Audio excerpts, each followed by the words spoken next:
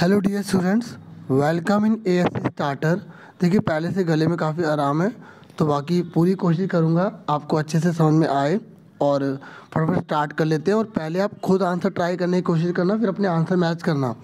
ये assessment worksheet 7 है, सामाजिक विज्ञान की क्लास 8 की 15 नवंबर की है। इंग्लिश की, साइंस की ऑलरेडी बनाई जा चुकी है, वो भी देख सकते हैं आप। ठीक है, तो 2015 के नए संविधान के अनुसार नेपाल डैश देश बन गया। देखो 2015 में संविधान वहाँ बनाया गया, तैयार किया गया और लागू कर दिया गया। तो उसके बाद जो है ना, वो कौन सा देश कहलाया? राष्ट्रशाही, तानाशाही, लोकतांत्रिक या इनमें से कोई नहीं। देखिए 2015 से पहले तो वहाँ राष्ट्रशाही चल रहा था, लेकिन 2015 के बाद जब नया संविधान बना तो उसको नेपाल को जो है लोकतांत्रिक देश घोषित कर दिया गया। ठीक है, तो इसका आंसर क्या आ जाएगा? बी। ठीक है, उसके बाद नेक्स्ट है, मौलिक अधिकार भारत के डैश के द्वारा सुनिश्चित किया जाता है। जो मौलिक अधिकार है ना, उसको कौन संरक्षित करता है, कौन उसकी रक्षा करता है?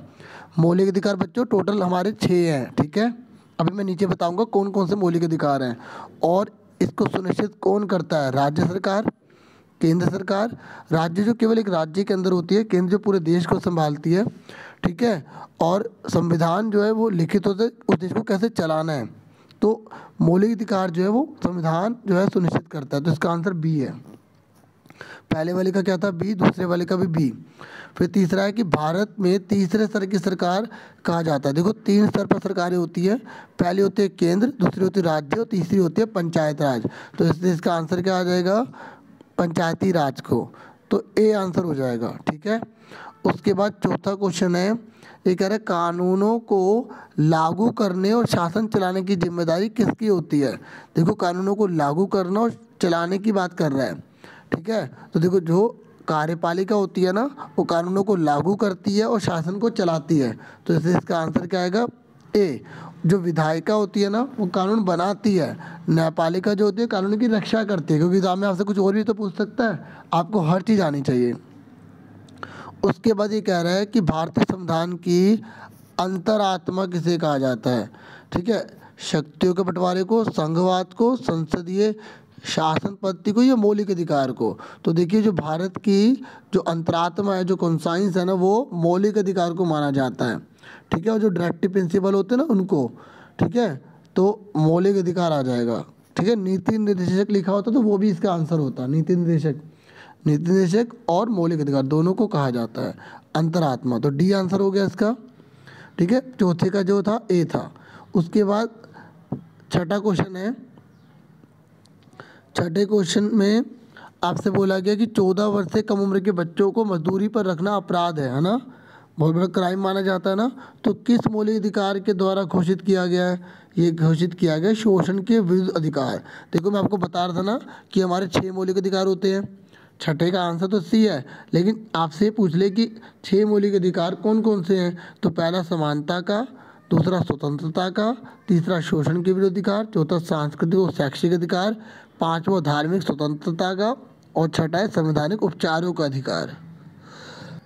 आपको ये 6 के 6 मौलिक अधिकार अच्छे से पता होने चाहिए। तो छठे का आंसर क्या है? सी। ठीक है, अब सातवां देखिए, ये कह रहे कौन सा मौलिक अधिकार नागरिकों को राज्य द्वारा उनके किसी मौलिक अधिकारों के उल्लंघन की स्थिति में अदालत जाने का अधिकार देता है? देखो बच्चों, अगर आपको 5 मौलिक अधिकार नहीं मिलते, 1, 2, 3, 4, 5, या इन पांचों में से कोई एक भी नहीं मिलता, तो इस छठे मौलिक अधिकार के अकॉर्डिंग आप न्यायालय में जा सकते हैं। तो न्यायालय में जाने का मौलिक अधिकार कौन सा हुआ? डी हुआ। इसका आंसर क्या हो गया? डी। ठीक है, संवैधानिक उपचारों का अधिकार यही कहता है कि अगर आपको कोई भी मौलिक अधिकार नहीं मिल रहा तो आप इस अधिकार के अकॉर्डिंग जा सकते हैं। फिर उसके बाद है वह राज्य जो किसी भी धर्म को राज्य के धर्म के रूप में बढ़ावा नहीं देता। मतलब किसी भी राज्य का कोई धर्म नहीं होगा, सभी राज्य सभी धर्मों का पालन करेंगे। ठीक है, मतलब किसी भी धर्म को वरीयता नहीं मिलेगी, सब धर्म उसके लिए समान है। तो ये क्या कहलाता है? ये कहलाता है धर्मनिरपेक्ष राज्य। ठीक है, इसका आंसर क्या है? ए। 8वीं का है ए। उसके बाद नौवा देखिए, नौवा जो है अभिकथन होता है। ठीक है, और कारण होता है। तो तो सबसे पहले हमें देखना पड़ता है दोनों सत्य हैं या असत्य हैं। अगर दोनों सत्य होते हैं तो फिर देखना पड़ता है कि जो कारण लिखा है वो कथन का ही है किसी और का है। तो देखिए, भारत एक धर्मनिरपेक्ष राज्य है, ये तो बिल्कुल सही है, अभी हमने पढ़ा। कह रहे धर्मनिरपेक्ष इसीलिए है क्योंकि भारतीय राज्य किसी एक धर्म को राज्य धर्म के रूप में बढ़ावा नहीं देता। तो बिल्कुल कारण सही है, तभी तो धर्मनिरपेक्ष हुआ। अगर राज्य बढ़ावा देगा तो फिर धर्मनिरपेक्ष कहाँ से हुआ? तो यहाँ पे राज्य बढ़ावा नहीं देता इसलिए धर्मनिरपेक्ष है। दोनों सही है और कारण भी सही है, तो ए आंसर हो जाएगा। उसके बाद है यहाँ पर 10वां, भारत एक लोकतांत्रिक राज्य है। ठीक है, भारत एक लोकतांत्रिक राज्य है, तो ये बिल्कुल ट्रू है, सच बात है। और लोग शासन चलने के लिए अपने प्रतिनिधि को चुनते हैं या अपने प्रतिनिधियों को चुनते हैं, बिल्कुल सही। तभी तो लोकतांत्रिक होगा। जब जनता के द्वारा जनता की चुनी सरकार जनता पर ही शासन करेगी तभी तो लोकतंत्र है। तो ये कारण भी सही है, कथन भी सही है और इसका एक्सप्लेनेशन भी ठीक है। तो कथन के अकॉर्डिंग ये कारण है, तो इसलिए इसका आंसर भी ए हो जाएगा। ठीक है, अब एक बार लास्ट में सारे आंसर बता देता हूँ दोबारा से, ठीक है, ताकि और अच्छे से जिन्होंने लास्ट में से आंसर देखने के लिए करा वो देख लेंगे। ठीक है, तो 2015 में नया संविधान हुआ तो नेपाल जो है लोकतंत्र देश बना। मौलिक अधिकार भारत के संविधान द्वारा सुनिश्चित होता है, इसका बी। और भारत के तीसरे स्तर की सरकार को कहा जाता है पंचायती राज। कानूनों को लागू करने और शासन चलाने की जो जिम्मेदारी होती है कार्यपालिका की होती है। और अंतरात्मा जो है मौलिक अधिकार है। 14 वर्ष से कम उम्र का है शोषण के विरुद्ध अधिकार, 6ठे का सी। और जो 7वां है उसमें है संवैधानिक उपचारों का अधिकार। और जो 8वां है उसमें बढ़ावा ना देता, तो इसलिए होगा धार्मिक धर्मनिरपेक्ष राज्य हो जाएगा। ठीक है, ए हो जाएगा।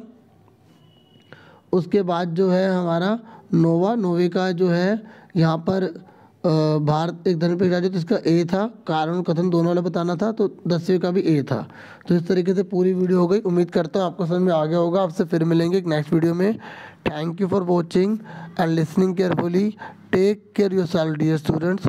और बाकी मैंने और भी जो असेसमेंट वगैरह बना रखे हैं वो आप देख सकते हैं चैनल पर जाके, या प्लेलिस्ट आपको डिस्क्रिप्शन में दे दी जाएगी। Thank you once.